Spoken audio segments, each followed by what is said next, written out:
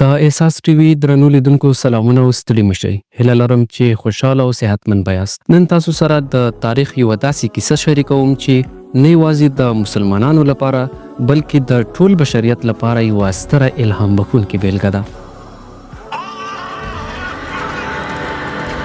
صلاح الدین.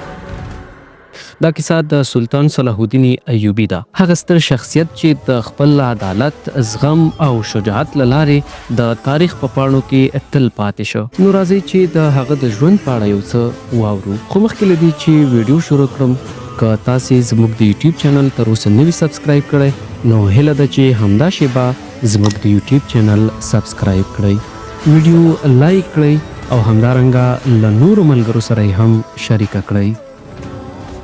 سلطان صلاح الدین ایوبي په 1130 میلادي کال د کردانو په ایوبي کورنۍ کې زیږېدلی و. هغه د خپل ژوند په تاریخي شالید کې ډېرې هڅې او مبارزې لري. هغه د خپل ژوند په سختو شرایطو کې واده وکړه، خو هیڅکله یې خپله موخه هیره نه کړه. د هغه ژوند د دې ښودنه کوي چې ریښتینی رهبر باید له خپلو مشکلاتو څخه ونه ویریږي، بلکې له هغې څخه عبرت واخلي او مبارزه وکړي.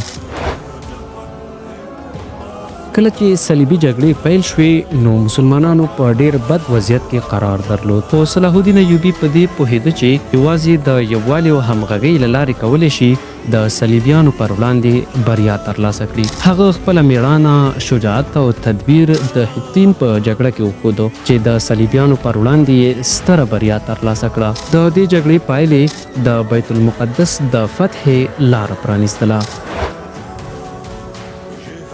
د بیت المقدس فتح یوه بېسارې پیښه وه. کله چې سلطان صلاح الدین ایوبي بیت المقدس ونیوه، نو هغه نه یوازې د خپل ملت لپاره یوه ستره بریا ترلاسه کړه، بلکې د خپلو اخلاقو او زغم له مخې د صلیبیانو او یهودانو لپاره هم د ژوند شرایط خوندي کړل. هغه نه یوازې د جګړې میدان کې ګټونکی و، بلکې د انسانیت په لاره کې هم ستره بریا ترلاسه کړه. سلطان صلاح الدین ایوبي یوازې یو جنګیالی نه و، بلکې د هغه شخصیت د صداقت، عدالت، زغم او انسانیت یوه ښکاره بیلګه وه. هغه پوهېدلی و چې رښتینې رهبري یوازې د جګړې په میدان کې نه، بلکې په ټولنې کې د اخلاقو او انصاف په رڼا کې ترلاسه کیږي. دا هغه بریا یوازې د جګړې په ډګر کې نه، بلکې د انسانیت په لاره کې هم یوه ستره لاسته راوړنه وه.